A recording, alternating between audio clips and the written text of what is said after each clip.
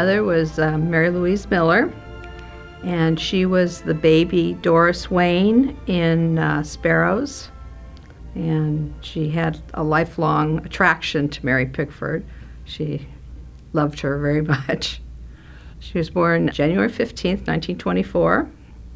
So she was about 18 months when she started doing the filming for Sparrows. What was your grandfather like as you understood him? I never knew him because he died before I was born, but apparently he came over to this country as a chorus boy in Pink Lady Company. Apparently he was very, very outgoing, and when they came to California, my grandparents opened a tailor shop over by Paramount Studios, and all the people from the studio would come in and, you know, get their clothes pressed. And when my mother was born, she had to go to work with the grandparents because there was no family to watch her. So they would just set her in her bassinet or her crib right in the shop. And so all the people that came from the studios would stop and say, "Oh, what a beautiful baby." One day a man came in and said, "Oh, they're having a casting call for babies for this movie. You ought to bring your child in." And they did. And apparently they needed a lot of babies for this movie, Drusilla with a Million. And apparently all the babies were just crying or just wouldn't do anything. They would not sit still. They were just screaming their heads off. And my mother was so quiet that they hired her, and then they used her for several shots. So she was like every baby in this movie. I think it was supposed to be an orphanage. And so every time they put a baby on the doorstep, it was my mother. Do you know anything about how the audition came up for Sparrows? I read in one of my mother's notes that they interviewed like 500 babies for the part. And I think when Mary Pickford saw her, she just said, "That's the baby." And they took the trouble to run a screen test. Yeah. I presume they didn't run a screen test for 500 babies. I don't think so. Are there any particularly interesting things that you see when you look at that screen test? Well, it's just very interesting for me to see my grandfather, and he always liked to, he was like a little director. He would watch my mother acting, and he would make comments. He would have her do something a certain way. Well, she loved her father. She loved having him on the set. I think my grandfather was so outgoing. He really fit in a lot with the studio and the people working there. My grandmother was a little more shy and laid back, and she didn't always like to be around all the other stage mothers because there was an awful lot of jealousy. When they started filming the Sparrows, the executives thought that my mother should have real curly hair because if she was a child of a rich man, they said, "Oh, she should have really curly hair." And so there was a lot of discussion about whether she'd have a wig.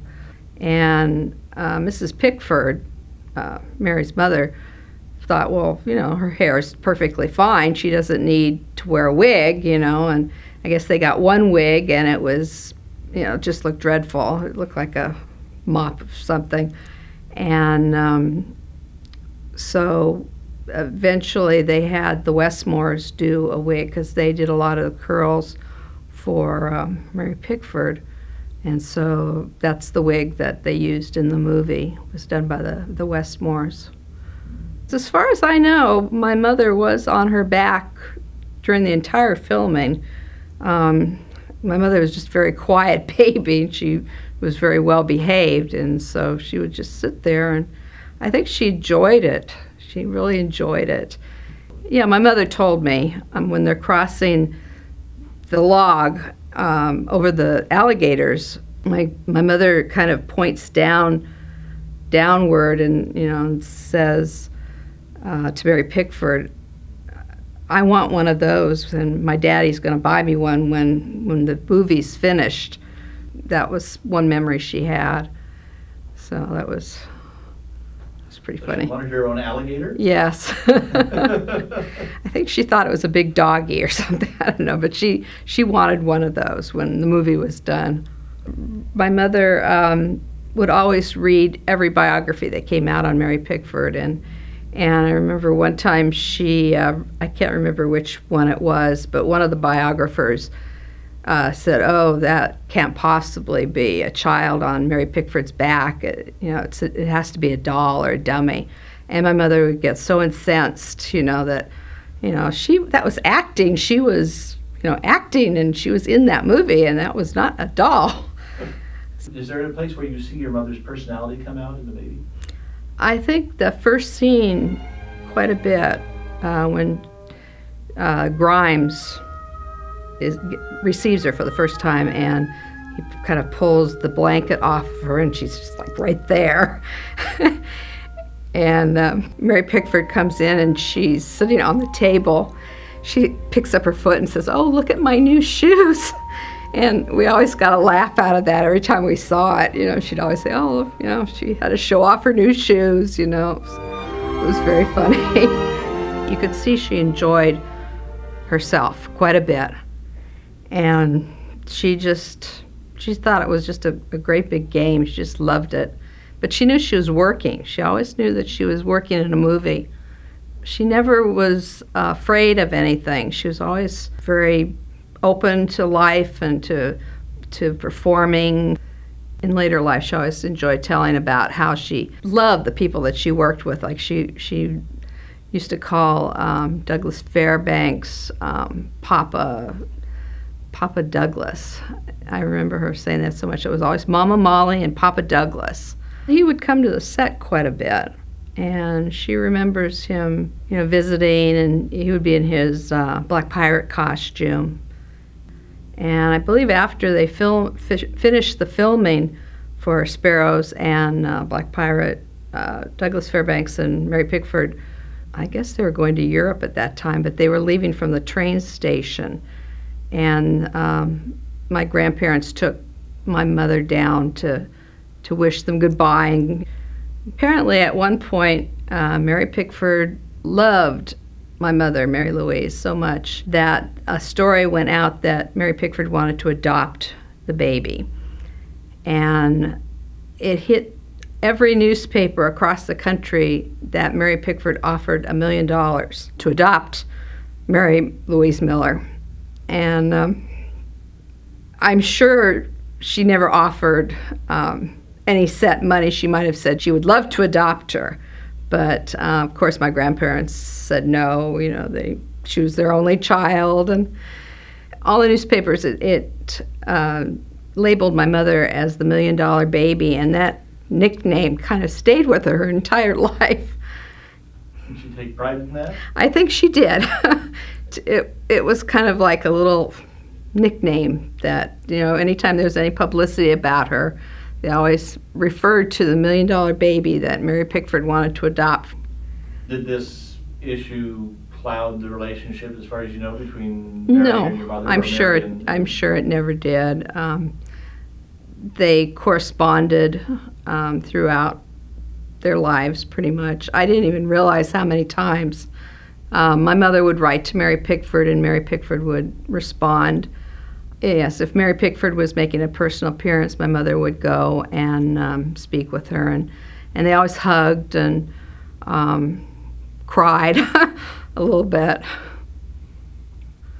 I've seen in my mother's scrapbook that at one time Mary Pickford was considering producing a movie of Junior Miss, and she promised my mother she could be in it at one of these little meetings that they had. But like so much in Hollywood, it's just things change, and so it kind of fell through. So she never made that movie. She was in Children of Divorce with Clara Bow and Gary Cooper, and every actor that she worked with, she'd call her Pretty Papa. She really liked Colleen Moore. In fact, a number of years ago, I think it must have been 1970s, Colleen Moore was appearing in Century City for I think it was some kind of film festival, and my mother went, and she managed to get up to her, and she, introduced herself and said, "I was your baby," and in this movie, and Collymore just was so happy to meet her, and she was going around saying, "Oh, this was my baby," and and the Desert Flower, and so she really enjoyed working with Colleen Moore quite a bit. When was her last feature film? I'm thinking it was The Fire Brigade, because I remember my grandmother saying that during the making of that movie, the Klieg lights started to bother her so much, and she started to say she didn't want to do any more. So I think that might have been the last one. So essentially, it wasn't that she couldn't get work, she chose to retire. Yeah, she did. She was about 5. That seems to me like a very mature position, both for her and for her parents. Because obviously that brought income, so... It did. To just say, don't want to do it, and for her parents to say, you don't want to do it, that's fine, that's wonderful. It is. Did they put any money away for her? Well, it's very unfortunate. My grandfather was not a great businessman, and he invested in restaurants, he invested in different things, and then along comes the Depression, and everything was gone. So they never had a lot of money. It was always, very tight. So the only time, I guess, was right after, probably after Sparrows, she made enough money that they could buy a house, and they had a dog, and so that was good times then. That was right before the Depression struck. In the 30s, she did a lot of radio. She had a wonderful singing voice, and my grandparents had made sure that she had all the lessons that she wanted. So she took singing lessons and drama lessons, and she performed in radio shows. She was only about 5'4". She always had blonde hair, curly. She liked to keep it curly. It wasn't as curly as in the movies, but always blonde. She went to Hollywood High School and was in the drama department there. She did a lot of theater then. And she performed in a lot of nightclubs in Hollywood when she was in her 20s, singing and dancing. She continued that for quite a while. And she continued doing modeling all the time. She was a child up through her 20s. And during the Second World War, she did a lot of modeling, and she became a little pinup model for the soldiers. And her picture got quite a bit around the world during the World War. But after the war and after the end of the 40s, she finally met my father, and she got married and became a housewife. But she never let the entertaining bug out of her system. I would say that I was always proud of her. So she just enjoyed it so much. She continued to entertain up until she got ill. So. And when did she pass away? She passed away in 2003. But she had been in a convalescent hospital for about 15 years. And you said she had Alzheimer's? Yeah, dementia, yeah.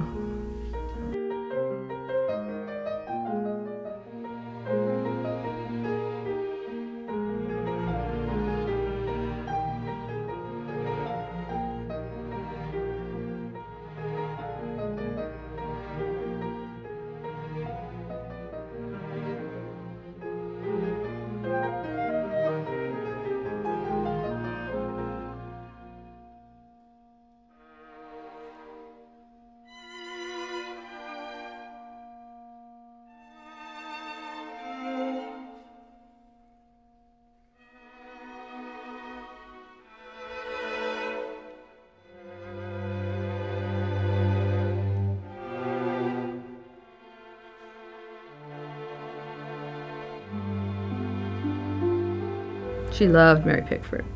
She would cut her, you know, she was like a fan. She'd have scrapbooks, you know, with pictures and clippings for Mary Pickford. She just really loved her so much. Now, she was in movies with some other big stars like Rita Vera, including Moore. Was her reaction to Pickford stronger? Stronger. She loved pretty much everybody she worked with, but Mary Pickford was special.